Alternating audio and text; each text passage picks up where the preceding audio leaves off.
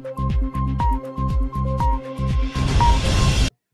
मार्च 2021 रोजी जागतिक महिला दिनाचे औचित्य साधून उपविभागीय कार्यालयात नांदगाव खंडेश्वर तर्फे कार्यकारी अभियंता अनिरुद्ध आलेगावकर यांच्या हस्ते उपविभागीय कार्यालयातील दामिनी पथकात सहभागी व महावितरण मध्ये कार्यरत महिलांचा पेन व पुष्पगुच्छ देऊन सत्कार यावेळी करण्यात आला।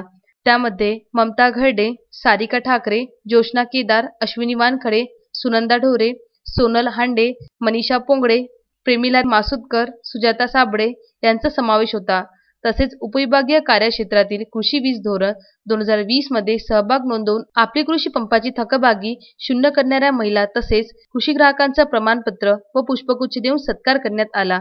यामध्ये सालोड येथील महिला सरपंच रोशना जगदीश ढगे, नांदगाव खंडेश्वर येथील जनाबाई बापूराव गोलाईत, पंचायत समितीचे माजी सभापती बाळासाहेब इंगळे, पापडचे वानखडे, धानोऱ्याचे काकडे, महावितरणचे विजय सावंत व इतर कृषी ग्राहकांचा प्रमाणपत्र व पुष्पगुच्छ देऊन सत्कार करण्यात आला। यावेळी कृषी देयकाचा बाबासाहेब इंगळे यांनी रुपये 23,000 नगदी भरणा केला। काकडे यांनी कृषी देयकाचा रुपये 33,000 नगद भरणा केला। यावेळी ग्रामीण विभाग अमरावतीचे कार्यकारी अभियंता अनिरुद्ध आलेगावकर, विलास शिंदे, राजेश तोमर, राजेंद्र ठाकरे, अमोल पंचभाई, प्रतीक ढवळे, मनोज बनारसे, इतर ग्राहक व कर्मचारी उपस्थित होते। उपस्थितांना मार्गदर्शन करताना कार्यकारी अभियंता आलेगावकर साहेब यांनी कृषी धोरण 2020 या योजनेचा लाभ प्रत्येक ग्राहकांना व्हावा, ग्राहकांनी या योजनेचा लाभ घ्यावा व आपली कृषी वीज थकबाकी शून्य करावी। तसेच महिला दिनानिमित्त महिला कर्मचाऱ्यांना सुद्धा यावेळी मार्गदर्शन करण्यात आले। महिला आपली कौटुंबिक जबाबदारी पूर्ण करून प्रत्येक क्षेत्रात नोकरीत, राजकीय, सामाजिक व इतर क्षेत्रातही उल्लेखनीय कामगिरी करत असल्याचे सांगितले। महिला दिनानिमित्त सर्व महिलांना शुभेच्छा देण्यात आल्या।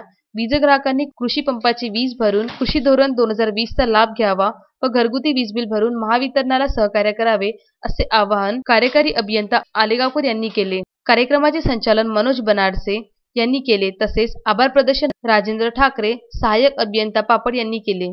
स्पीडनी पुढे येऊन काम करताय या अर्थानं ही निश्चितच नुसती पुरुष प्रधान संस्कृती आता राहिलेली नाही, परंतु ती पुरुष प्रधान होती अगदी जवळच्या काळापर्यंत।